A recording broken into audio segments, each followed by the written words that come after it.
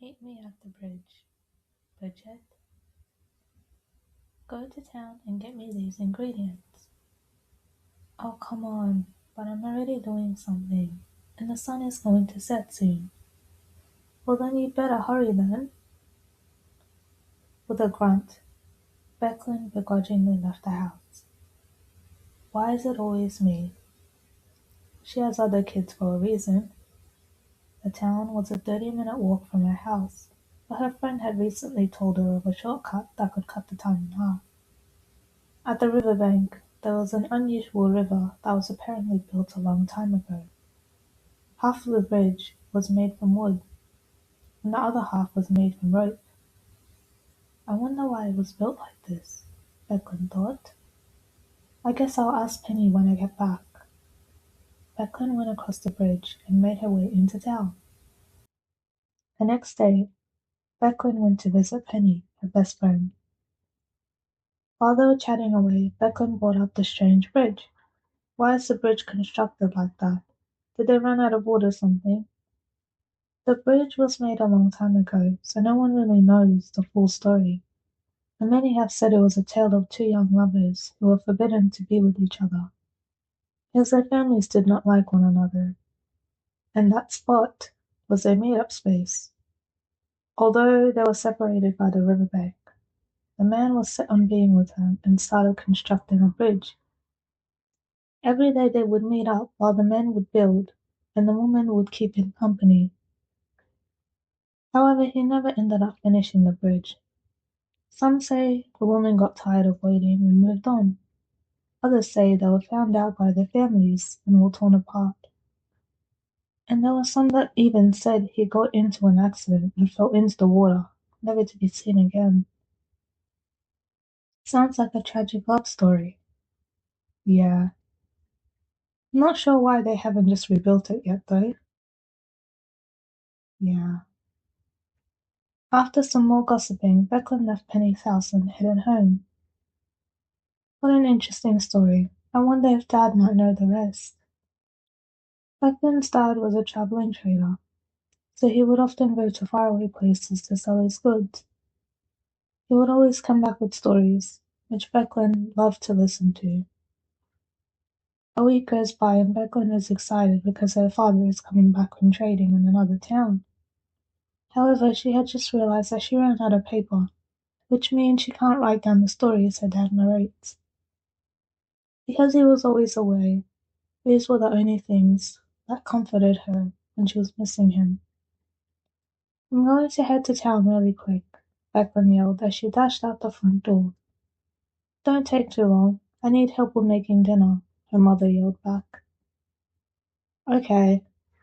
Becklin once again took the shortcut. Except there was now a sign warning to not go on the bridge, as it was at risk of collapsing. Oh, I'm sure it will be fine. I mean, it seemed sturdy enough the last time. Becklin crossed without any issues and skipped the way to town. When she arrived, she knew she couldn't look around too much, as her mother would get cross with her. So she did her shopping quickly. As she were heading back, she noticed a group of boys encircling one other boy. They seemed to be taunting him. Do you want it? One of the boys jeered. Well, go get it, as he threw it high into the trees where it got stuck. The boys walked away, but not without teasing the lone boy once more before leaving.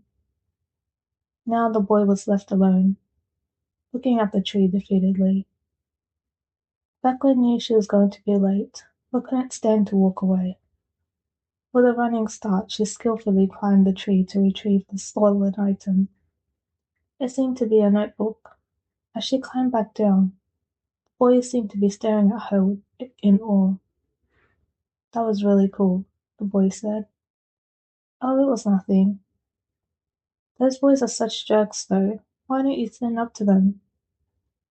It would have been worse if I did. But I'm fine, really. Thank you for what you did. I promise I'll make it up to you. What did I tell you? I know, I'm sorry, Mother. But I got caught up in something that I just couldn't ignore. Something like what? Declan told her mother what happened. Oh, it's just some boys roughhousing. Don't get involved in stuff like that.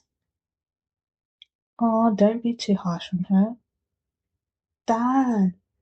Declan ran into his arms.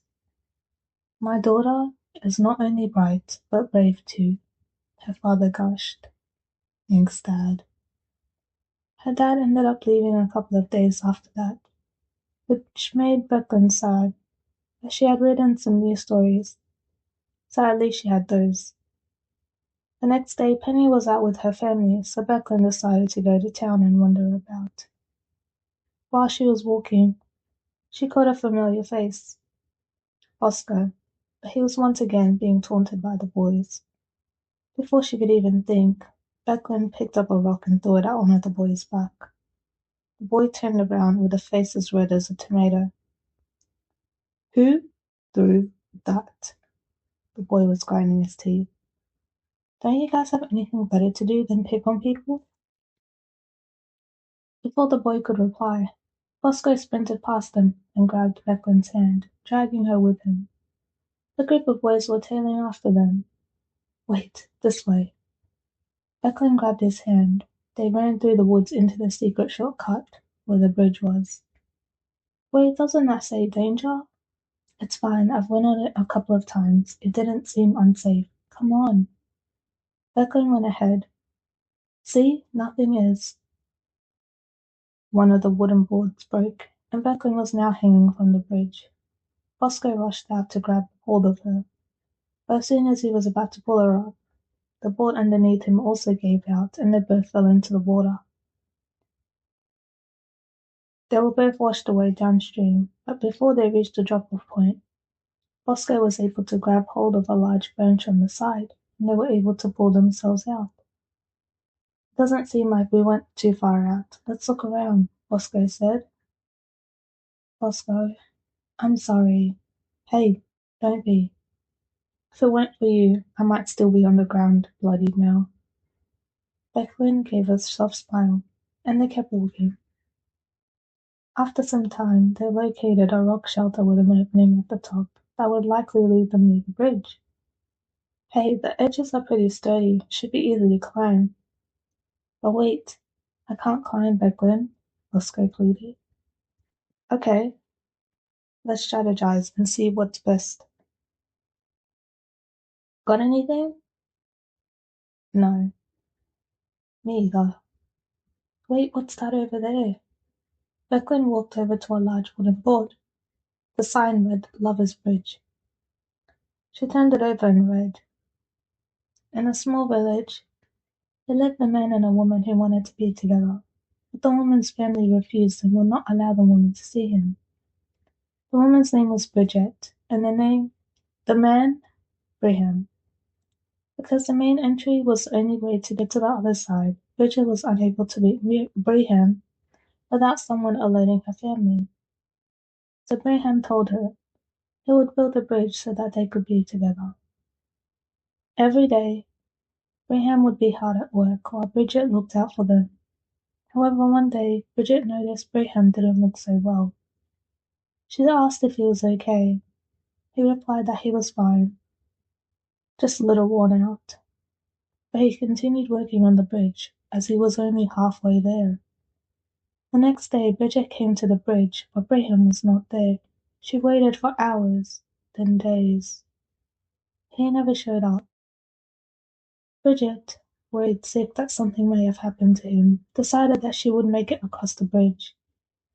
But she didn't have any wood, nor did she know how to make a bridge with it. So Bridget used what she was best at, rope.